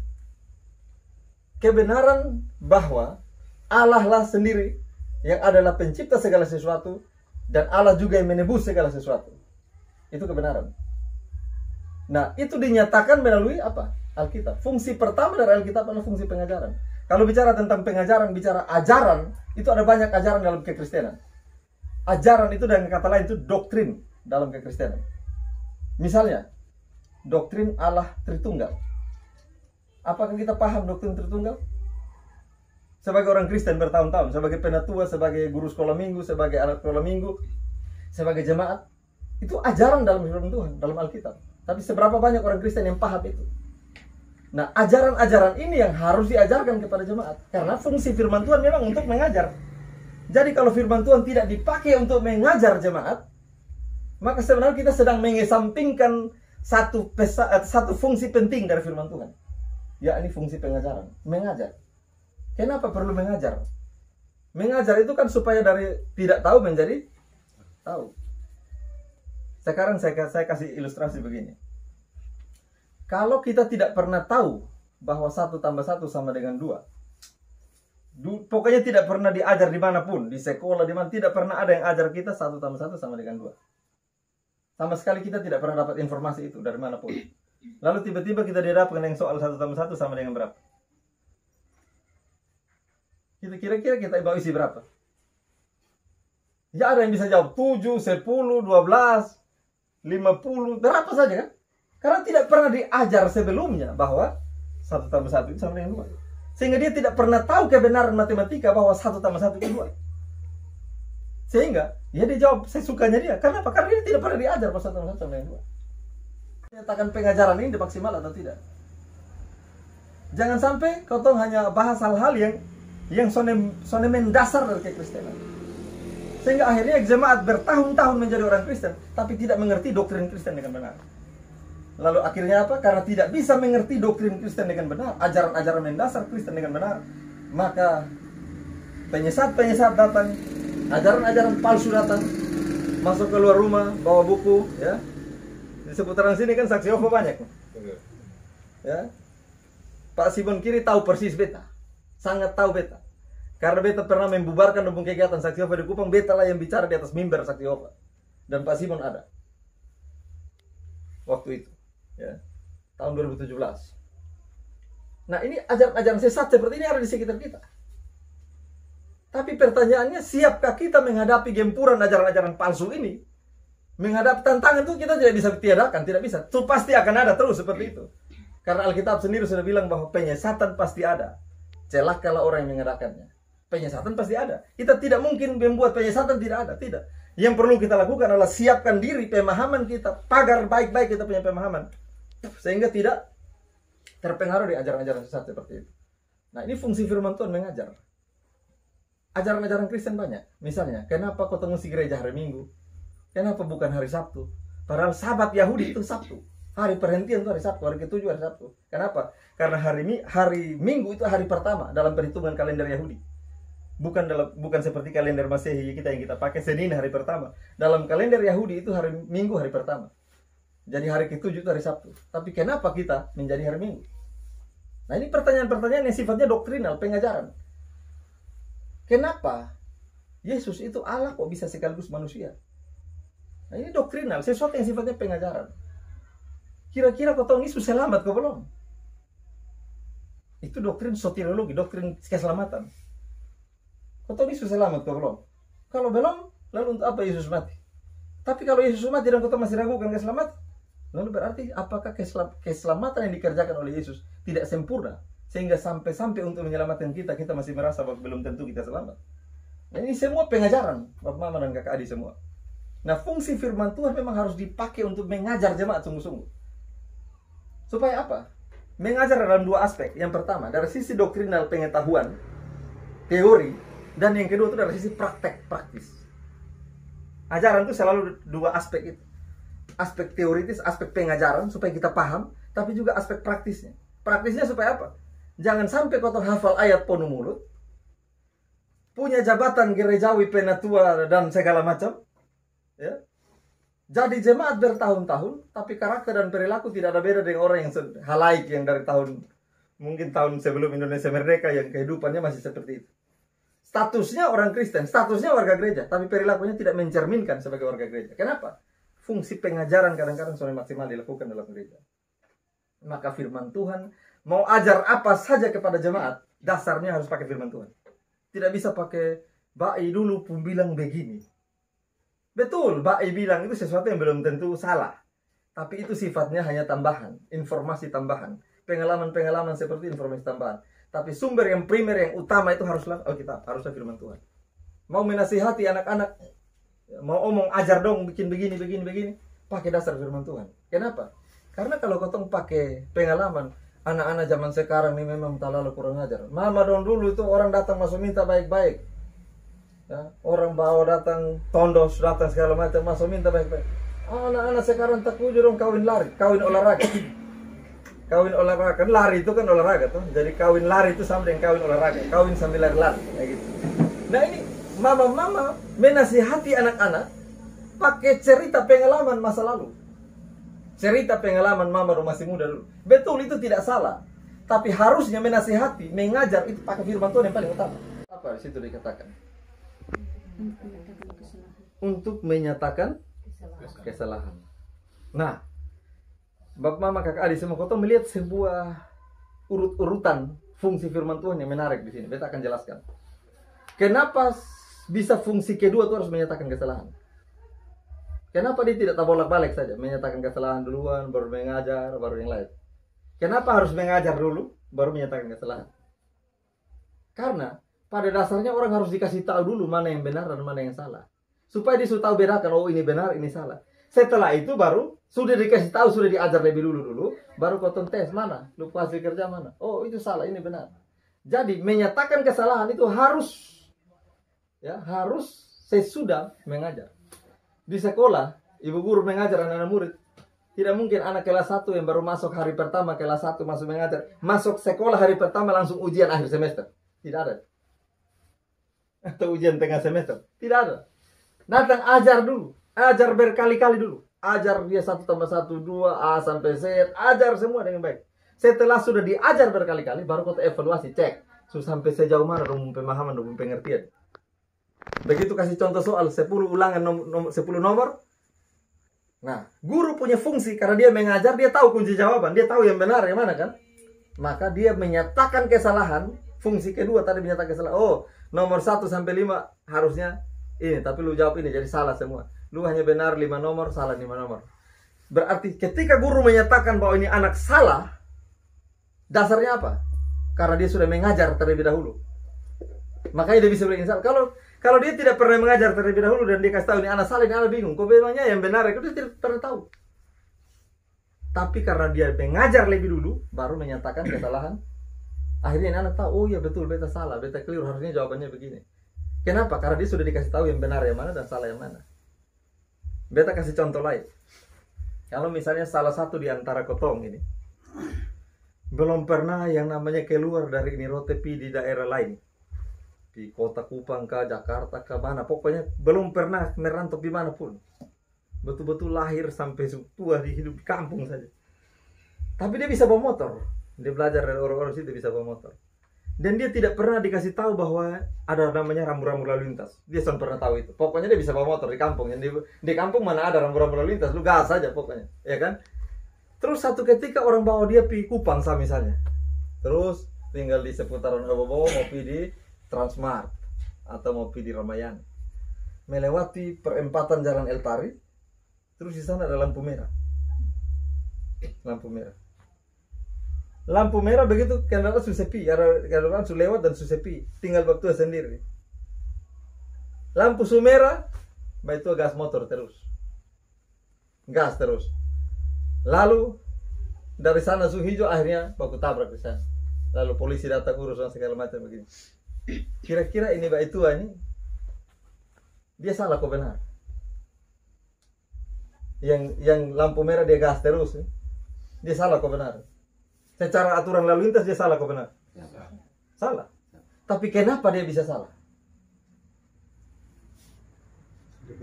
Karena dia sudah pernah tahu kalau namanya lampu merah harus berhenti. Dia tidak pernah dikasih tahu, tidak pernah diajar bahwa ada yang namanya aturan lalu lintas. Kalau hijau baru jalan terus, kalau merah lu harus berhenti. Dia tidak pernah tahu itu cerita, dia tidak tahu itu. Memang dia salah, tapi dia salah dari ketidaktahuannya dia terhadap aturan. Iya kan? Dia salah betul. Dia sebenarnya akan mungkin benar, memang fakta itu salah. Hanya dia salah karena dia sebenarnya tahu apa-apa tentang itu aturan. Begitu. Nah, makanya supaya kau menyatakan kesalahan itu orang bisa terima, dia harus dikasih tahu dulu ajaran yang benar yang mana, supaya begitu dia dikasih tahu dia salah, oh iya betul ya. Beta itu harus dikasih tahu yang benar begini, mah beta yang salah, beta. Bayangkan, ini orang sudah pernah tahu kalau yang namanya lampu merah itu berhenti. Dia bisa berdebat habis-habisan dengan polisi. Lu salah apa Pak? Kok beta jalan beta lebih cepat? Kok beta jalan di jalan raya? Iya kan? Dia bisa berdebat habis-habisan, dia merasa diri benar karena dia tahu bahwa dia tidak salah. Padahal sesungguhnya dia salah. Nah, karena sebelumnya salah kok benar? Salah. Salah. Kalau sesuatu yang salah perlu diperbaiki kok tidak? Perlu. Kalau dia tidak salah tidak perlu diperbaiki kan? Kok benar mau perbaiki apa? Iya kan? Tapi kalau sesuatu salah itu butuh diperbaiki. Sekarang saya tanya, ini mungkin di antara kotong ada yang tukang bangunan, tukang mengerti ilmu pertukangan, tahu tukang. Kalau misalnya kau ukur siku ini rumah kau mau bangun, bikin fondasi segala macam, water pass dia, lalu ternyata salah, miring, itu soalnya lurus, soalnya siku, soalnya lurus, dan kau sudah tahu salah ini, kau sudah tahu jalan-jalan salah. Kira-kira sebagai tukang yang baik perlu diperbaiki, kau kasih dia salah terus sampai selesai. Harus diperbaiki. Harus diperbaiki. Harus diperbaiki. Karena kalau tidak diperbaiki dia akan miring terus, salah terus sampai selesai. Berarti sesuatu yang harus diperbaiki adalah sesuatu yang kau sudah tahu kalau itu salah. Tapi kalau memang dia sudah pernah tahu itu salah ya dia lanjut terus, dia sudah tahu ada salah di situ. Ya kan? Tapi kalau dia sudah tahu itu salah, dia harus diperbaiki. Nah sekarang saya mau tanya, khusus dalam bagian pertanyaan tadi, minum mabuk itu salah atau benar? Semua sudah jawab bilang salah toh. Berdasarkan firman Tuhan, bukan menurut beta. Jangan bilang ini malam ini dimaksud datang kasih tahu menurut dia ngomong teori, bukan ngomong teori, ngomong firman Tuhan. Kan ada yang bilang baru pernah baca ini ayat juga ini malam kan? Iya kan? Nah itu ngomong firman Tuhan, kok firman Maxwell di situ? Firman Tuhan yang dicatat dalam Yesaya, bukan betanya bantu baca, kan begitu. Bantu baca saya. Nah karena itu, semua kotong bilang itu salah, berarti perlu diperbaiki kosan. Perlu. Nah cara perbaikinya bagaimana? Jangan minum. Ini jangan minum, selesai. Loh, iya. Tapi kalau kau mau tetap ngotot, sudah kau mau dengar itu firman Tuhan. Oh, firman Tuhan urus di situ, beta urus pun. Ya terserah, itu pilihan. Tapi yang pasti bahwa apapun yang kau lakukan, bagaimana respon kau terhadap kebenaran firman Tuhan, semuanya akan diukur di meja timbangan nanti. Ya, semua akan berhadapan dengan hakim yang agung dan ditaruh di meja timbangan. Hal yang paling membahayakan adalah ketika kau tahu kebenaran dan kau bikin bebal, bikin tuli dan itu bahaya. bahaya. Beta kasih satu ayat ya. Ini ayat luar biasa. Beta ini ayat paling suka kutip di mana-mana. Karena itu beta mau kutip juga di sini malam. Terhadap kau yang kadang-kadang suka malas tahu dengan firman Tuhan, itu beta kutip ini ayat.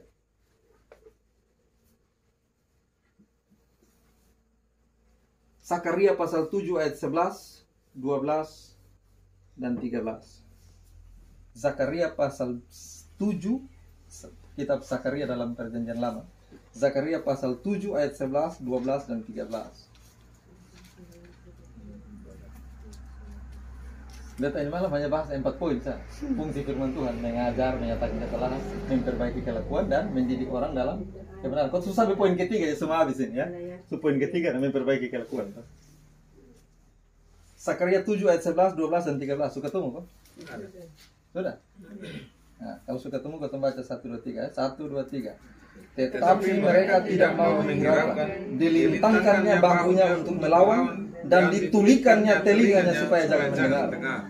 Mereka membuat hati mereka keras seperti batu amril, supaya jangan mendengar pengajaran dan firman yang disampaikan Tuhan semesta alam melalui rohnya dengan perantaraan para nabi yang dahulu.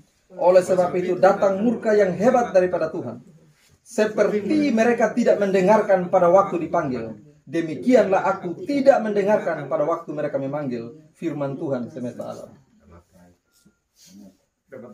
Keras Tuhan.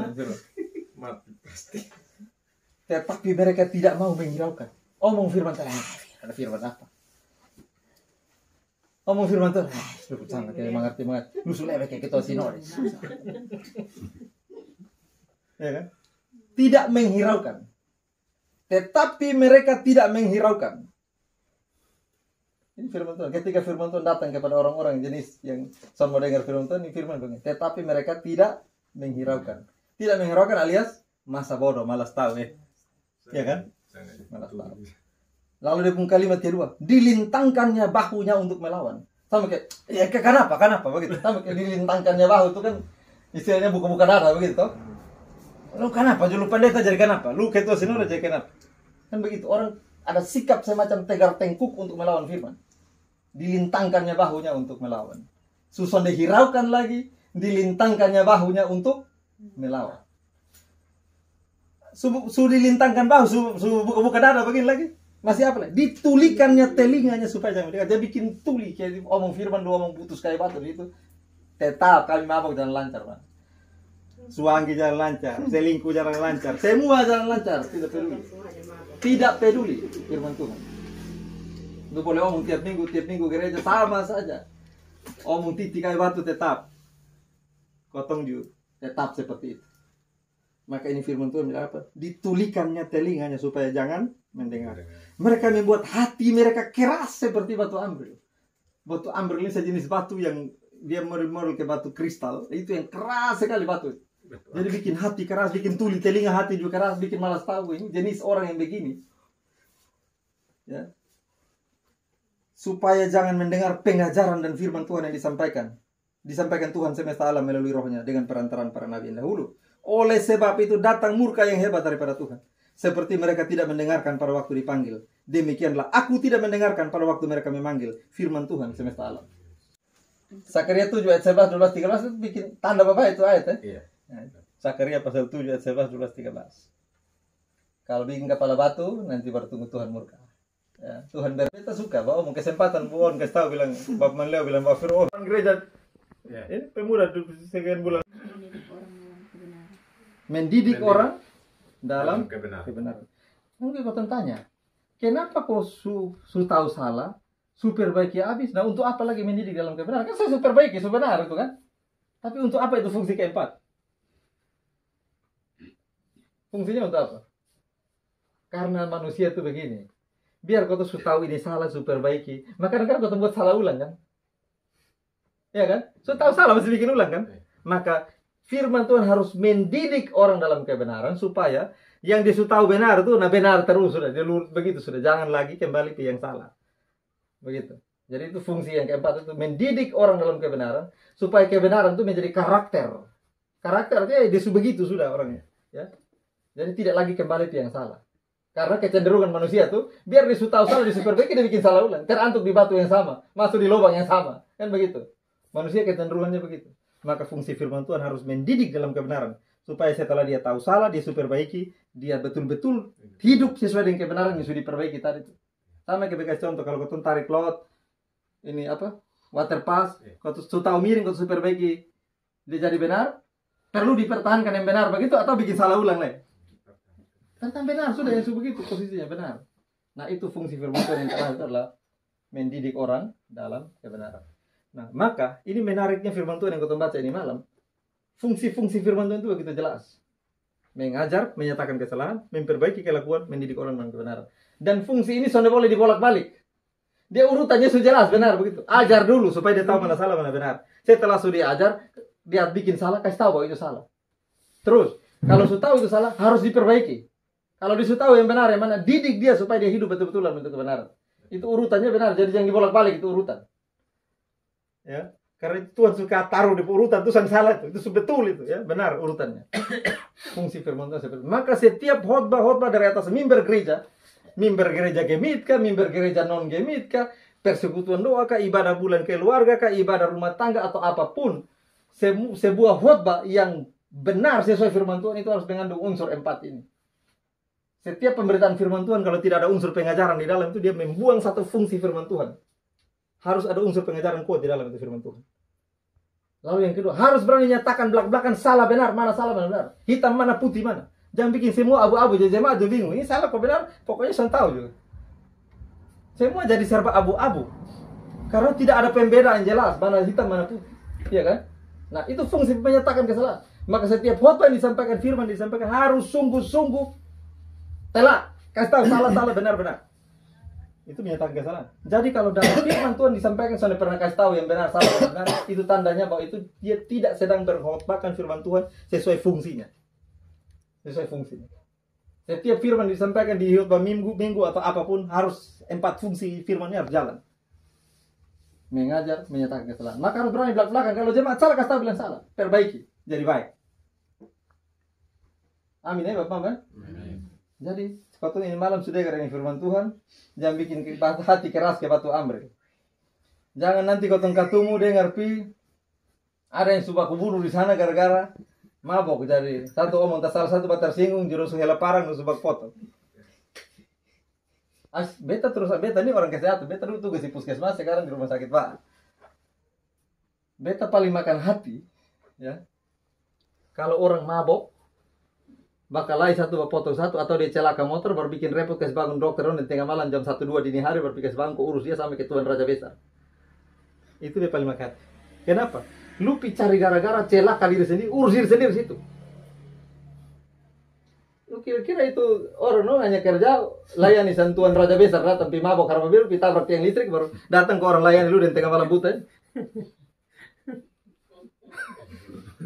Iya. Betul, tugas tenaga kesehatan itu apa? Merawat orang sakit itu. Tapi bukan untuk dicari-cari seperti itu. Lu cari gara-gara aja bikin repot orang. Apalagi kalau kayak di puskesmas kadang-kadang kan pasien jarang toh. Akhirnya dokter operator tidur malam. Celaka dan jam 2 pagi datang, tengah malam juga bangun, datang mengantuk datang kok jahit luka apa. Ini kan bikin repot orang di lupung perilaku yang harus orang lain yang susah. Ya. Makanya berhenti sudah, top yang begitu. Ini kalau mau ngomong dari semua sisi, soalnya ada yang masuk. Mau ngomong apa?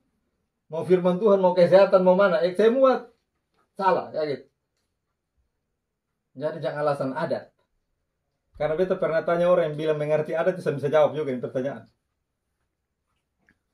Beta tanya begini. Kapan, di mana, sejak kapan? Oleh siapa yang menetapkan secara tertulis bahwa sop itu minuman adat?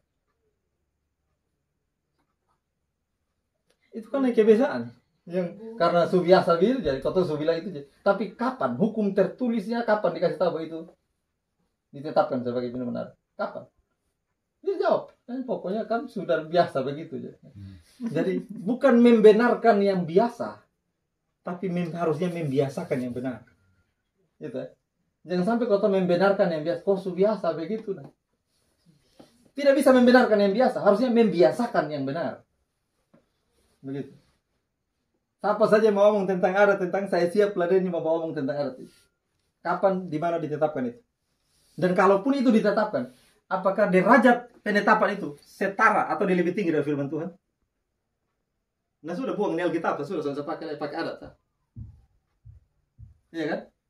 Nah kadang-kadang kotong jemaat Kristen ini orang kadang-kadang kotong hidup dalam istilah dualisme. Dualisme itu maksudnya begini. Kotong ini sudah jelas. Waktu kotong di gereja kotong sama kayak malaikat. Begitu keluar tentu iblis takut dengan kotong. Kadang-kadang kotong tidak jelas kotong status. Kotong ada di gereja kotong sama kayak dia, jemaat juga. Begitu keluar kan? Kotong justru mabok sembarang soalnya tidak menunjukkan bahwa dia ini warga gereja. Padahal setiap kali kalau doa firman, doa berkat di gereja, pergilah ke dalam tugas dan tanggung jawabmu, ya kan? Doa berkat selalu begitu kan? Itu gereja sedang mengutus kita untuk pergi jadi contoh, jadi teladan di rumah, di lingkunganmu, di kantormu, di kerjaanmu, itu tujuannya. Nah, kau balik belakang gereja, kau sih kan sudah lebih dari setan. Setan juga bingung lihat, kau mana setan bingung. Kayak gitu. Itu namanya kita hidup dalam dualisme. Dualisme itu artinya begini. Kau kayak manusia bertopeng. Jadi kau di gereja, kau sedang pakai topeng itu. Begitu kau keluar, kau buka topeng, kau asli yang keluar. Kasih-Mu melimpah di hidupku, Bapa, ku berterima kasih berkat-Mu hari ini yang Kau sediakan bagiku. Naikkan syukurku buat hari yang Kau beri, tak habis-habisnya kasih dan rahmat-Mu, selalu baru dan tak terlambat pertolongan-Mu, besar setia-Mu di sepanjang hidupku.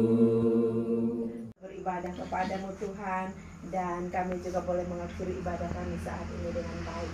Karena itu Bapa, sebelum kami berpisah dari tempat ini, kami mohon Tuhan terus menyertai kami, membimbing, memberkati kami, sehingga kami semua boleh kembali bertemu dengan keluarga kami dengan selamat. Dan karena itu Bapa, kami mau menerima berkat daripada-Mu Tuhan.